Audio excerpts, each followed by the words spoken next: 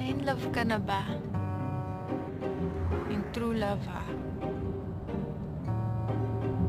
Yung tipong hindi mo alam kung anong gagawin mo. Hindi mo alam kung ano yung nararamdaman mo. Tapos di ka makahinga.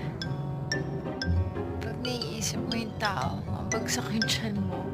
Alam mo yun? Tapos, hindi mo alam kung anong kaya mong gawin. Kasi natatakot ka eh. Pero at the same time, gusto mong gawin lahat.